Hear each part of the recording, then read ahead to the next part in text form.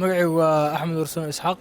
waxaan meeshaan ka bartaa kuliyadda ciidanka cirka oo lagu soo takhasusayo qaybta baaladnimada oo ah 5 sano iyo 2 sano oo ah ayadana baaladnimada 7 sano marka la isku daro.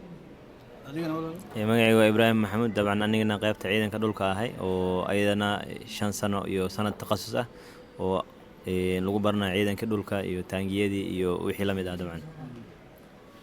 magacaygu waa Mubaarak Cali waxaa ciidanka badda waxaa qaadanayaa 5 sano kadib aan ka qalin jabinaya insha Allah. waxaan weydiinayaa dhalinyaraatiin saddexdiinaba aad u yaryar dhowr iyo 20 jiro haddaanan qaldanayn maxaa ku jeclaysateen inaad ciidan noqotaan ood barataan ciidannimada? ciidannimada anaga markaan dhalanay dagaal baa socday horta waxay ahayd 9-meeyadii. marka ciidannimada anaga waa maqli jirnay mar aan filmada ka daawano mar aan ka maqalno awoowayaasheen aan ka maqalno. waxaan ku dooranay waxay ahayd inay markasta dadka ciidanka ay sharaf ka leeyihiin bulshada dhexdeeda. dadka dhalinyarada oo markaan high school ka dhameynayna waxaa la wada bartay wax shacabnimo ah doctor iyo engineer waxaas la wada bartay. xilliga aan dhameynay waxbarashada oo ahayd 2011 iyo wixii ka soo horeeyay waxaan maqalnay inay jiraan chance aan kaga faa'iideysan karno inaan dibadda intaan tagno aan soo barano sarkaalnimo aan dalka u soo noqono oo aan dalkeena dhisno. sidaa darteed waxaan isniri wax ka duwan wixii saaxiibadan ay barteen aan soo barano oo aan dalkan difaacno. waa gartaa adigana dhinaca ciidamada dhulka dabcan waxaa ku daraa yani intaas in wadankii wax loo qabto oo ciidankii la hagaajiyo oo wadankii maxaa la lahaa dhibaatada ku jira laga saaro ciidamada ajaanabiga ah oo wadanka joogo si uga bixi lahayn ciidan Soomaaliyeed oo qaran la dhiso waa un baahida wadanka uu qabo yani inta uu saaxiibkay sheegay intaas aan la jirto dabcan Soomaaliyeed ciidamada badda xaggooda ani saaxiibada waxay sheegaan wax jaayid kuma diray mid kaliya ku diray waxay tahay maadaama wadanka Soomaaliya badeeda aad u weyn tahay badda amnigeeda anaga dushan saaran tahay sidaa daraadeed ayaan u dooranay. markaad tiraahdo sidaa daraadeed ayaan u dooranay waad yar tahay adiga ahaan marka muuqaalkaaga la fiiriyo waxyaabo badan oo aad baran kartayna way jireen. maxaa marka hami ahaan ku dooratay inaad ciidamada badda gaar ahaan ma fursadda jirtay oo keliya mise riyo oo waxaad ku riyoon jirtay weeyaan? ma fursado kale way jiraan dabcan laakiin maadaama ay tan qalbiga iga imaanayso maadaama arka Soomaaliya faa'iido inaa kagu jirto sidaa daraadeed ayaa u doortaan. ciidamada cirka dabcan hawl yar ma aha. su-aashaas oo kale adna haddaan ku weydiiyo ma wax ku yimid baa rabitaan iyo waxaad ku riyoon jirtay yaraantaadii mise waa wax fursadda aad aragtay awgeed aad uga faa'iidaysatay? horta ciidanku wuxuu kala qaybsamaa saa u sheegtay bad iyo cir iyo dhul. cir marka loo qof ka soo xog soo dhacay baaladnimo marka aabbahay marka soo la sheekayso wuxuu dhigi jiray nin baalood ah hawl yar ma qabto nin adeerkay baalood ahaan jiray la naxariisto. marka waxaa isri adeerka riidiisi rume adiguna baalood noqo hawshaas adagna hadda ka soo bixi kartid nin rag baa tahay macnaha meel baa iska soo saartay sidaa darteed si aan meel iska soo saaro dalkaygana wax qabto waxaa la yiri qofkii duulaa free ah oo macnaha xur ah sidaa darteed inaan xur noqdo waa u doortay. ilaa intee wadankan joogtaa waxbarashada aad ku jirtaa? ilaa hadda waxaan joogaa 3 sano ay dhamaatay hadeer. waxaan bartay luqadda 2 sano kale oo academy waan bartay 2 sano ay iga dhamaan insha Allah 2018 ka dhamaan doona. marka dhamaysid maxaa uu qorshuhu yahay? qorshuhu wuxuu yahay markaan dhameeyo horta hadeer waxaan bartaa engineering iyo xisaabaadka iyo wixii waaweynaa waan bartaa. markaan dhameeyo 2018 insha Allah waxaan tagi doonaa meel academy oo lagu barto diyaaradaha jetska. Soomaalida waxa laga yaabaa hadda inay ka fakarayaan ninkan muxuu soo baran doonaa. ma aan diyaaradii 9 la isticmaal jiray waa diyaaradaha F16 iyo F35 diyaaradaha soo baxay waaye. insha Allah diyaaradahaas aan baran doonaa oo 2 sano academy adag ah mana wax fudud. sidoo kale waxa la yiri macnaha nin academiga soo bartay oo waxaan ku baranaa hadda dalka Turkiga joognaa. academigaas stresska macnaha oo ku siinayo sida baalood u noqotid maaha stress fudud wuxuu la mid yahay qof PhD soo qaato oo kale.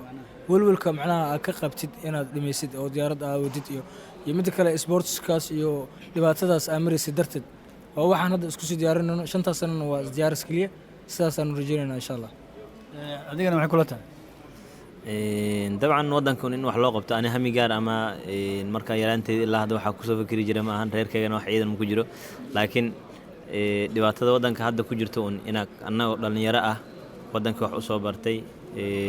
wadanka dhibaatada ka saari karno sida dhalinyarada xornimadana gaarsiiso kala noqon karno oo wadanka caawin karno yani waa intaas haddii insha Allah dhameeyna dabcan wadanka ku noqonayna ciidanka horumarkiisa ka qayb qaadanayna insha Allah. intee ku maraysa hadda waxbarashada? sanadka 3aad hadda dhamaanayo insha Allah mid afaraad dhiman haddii kan afaraad uu dhamaadana wadanka loo noqonaa insha Allah.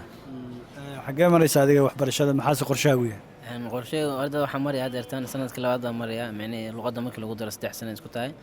qorsheyga waxa way Soomaaliya markaa ku noqdo Soomaaliya wadamooyinkii ugu horumarsan aan ka dhigo hadduu alle dhanka badda markii laga fiiriyo dhan kasta taas way rajeeda insha Allah. dabcan dhalinyaro kale ayaa jiri karta oo fursaddan laga yaabo inay jeclaan lahayd inay ka faa'iidaysato ma adag tahay in la helo haddii dhalinyaro badan ay danaynayaan inay ama ciidan dhinacyada kala duwan noocyada kala duwan mid un ay noqdaan. qofka hadda Soomaaliya jooga ninka dhalinyarada hadda dhigeysanaya oo Soomaaliya jooga oo high schoolka ama dhiganaya ama dhameeyay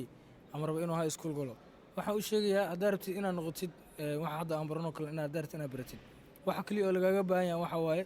waxbarashadaada ku dadaal fiisiskaaga iyo xisaabtaada ku dadaal markaa dhammaysidna la soo xiriir taliyaasha la soo xiriir waxa laga yaabaa xilligaas oo kale in anaga dhammeeno oo Muqdisho in anaga joogno iyo meelaha dawladda ay joogto in anaga joogno imo ku dadaal aniga inaan helo ima fududeen hadda runta ii sheego 2 sano ku dadaalay isku dayay inaan helo anoo jaamacad kale haysto ma fududo hadday kugu adkaato sii wad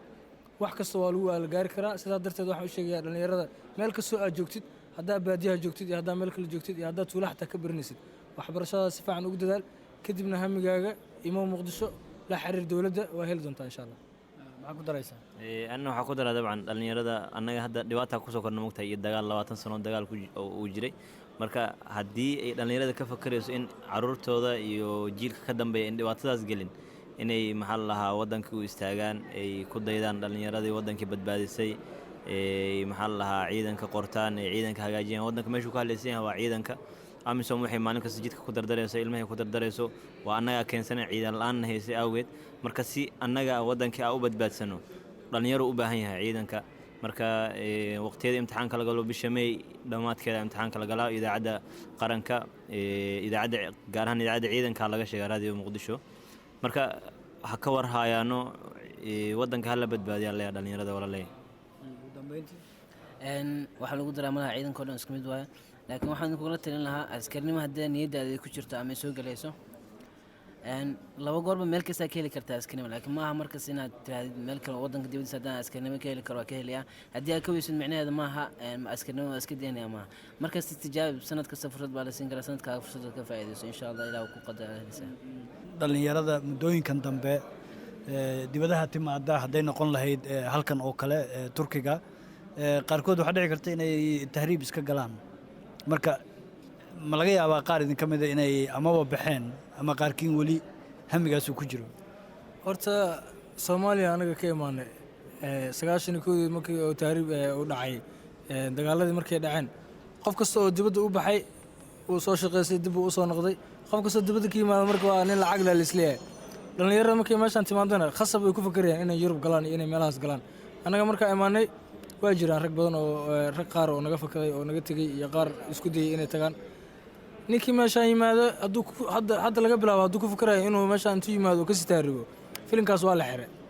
macnaha haddeer waa laga tashtay sanadka ugu horreeyay qaar tagay waa jiraan hadda dawladdu waa ka tashatay khaladka markii hore waa lagu dhacay mar labaad ma jiro problemkaasna waa la xaliyay baan dhihi lahaa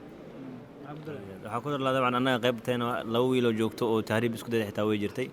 dabcan waa la soo qabtay ciidanka sirdoonka Turkiga soo qabtay Muqdisho loo diray maxkamadda ciidanka qalabkiisa la soo saaray 10 sano xariga lagu xukumay marka qofkaas oo dhalinyaro ah oo 18 sano 19 sano jiro in 10 sano uu xabsi galo oo dhalinyaronimadiisa xabsi ku qaato dabcan wax laga fiican yahay marka waxa kula talin lahaa ardayga uu soo galay inuu tahriibo imtixaanka inuu iska dhaafo